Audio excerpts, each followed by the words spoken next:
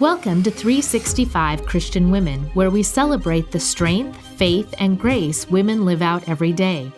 You'll hear real stories of real women who faced challenges, embraced hope, and learned to trust God through every season.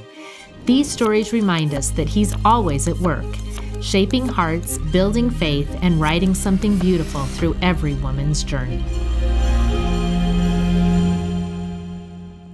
On June 8, 1972, a photo made headlines around the world. It was called The Napalm Girl and showed children running, unable to escape the burning they felt.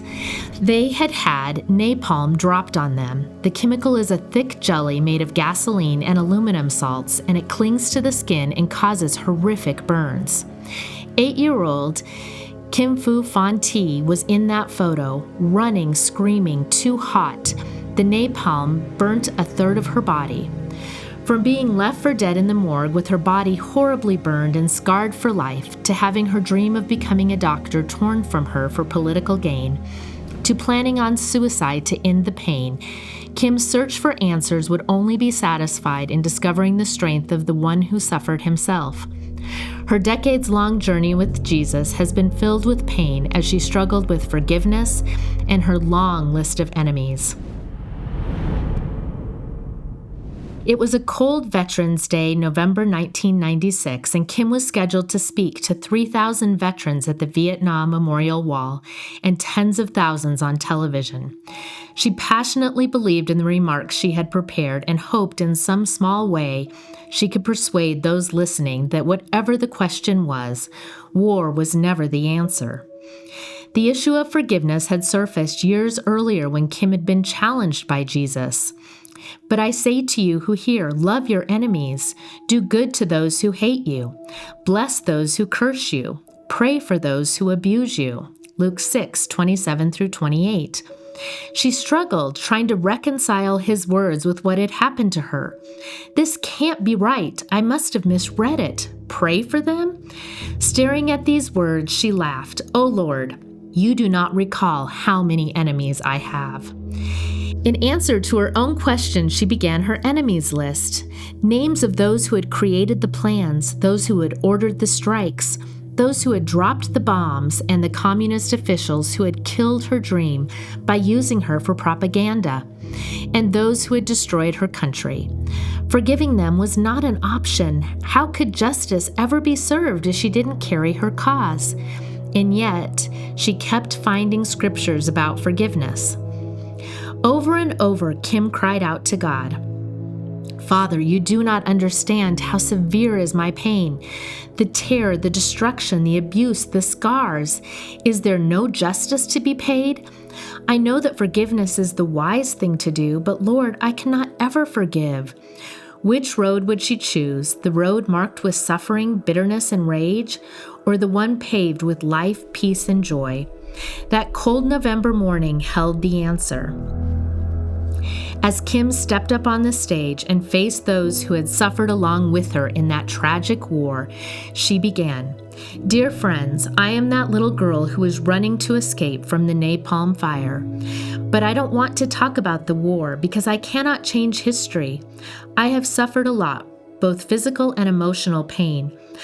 I thought I could not live, but God saved me and gave me faith and hope. Even if I could talk face to face with the pilot who dropped those bombs, I would tell him, we cannot change history, but we should try to do good things for the present and for the future to promote peace. Kim concluded her remarks, and the bugler began to play taps. She was overcome with the significance of the moment as she wiped the tears from her face. She was moving through the crowd. A veteran of that war who had seen her story recounted on television was now a pastor, and he reached out to her. Kim, I am so very, very sorry. Will you forgive me for what I've done in that war? The door was open, and her choice was clear. Kim reached for his hands and looked deep into his eyes. It is okay. I forgive. I forgive. Kim was thankful she could offer forgiveness to one person, but what about the others, the ones she did not know? How was she going to forgive them? In the ensuing weeks, Kim struggled with how to forgive those she presently despised, who had harmed her so deeply. The answer came, and she found herself praying for them rather than cursing them. She began praying for everyone who was involved in the Vietnam War.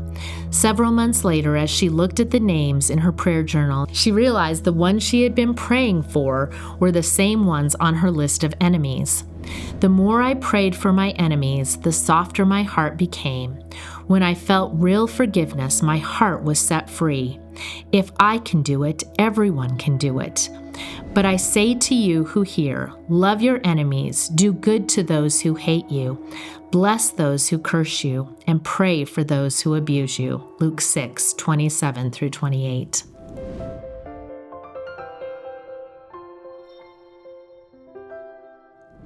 Hi, I'm Letitia, and today we heard a powerful story about forgiveness. Who do you need to forgive today? Who feels unforgivable to you? Do you have a secret list of enemies? My challenge to you today is to start praying a blessing over that person or persons. The Lord's Prayer teaches us to forgive those who have sinned against us. When we choose to forgive, we are making a conscious decision to release feelings of resentment and anger. It does not mean we are condoning the offense, but letting go of the burden of anger so that we can live in peace.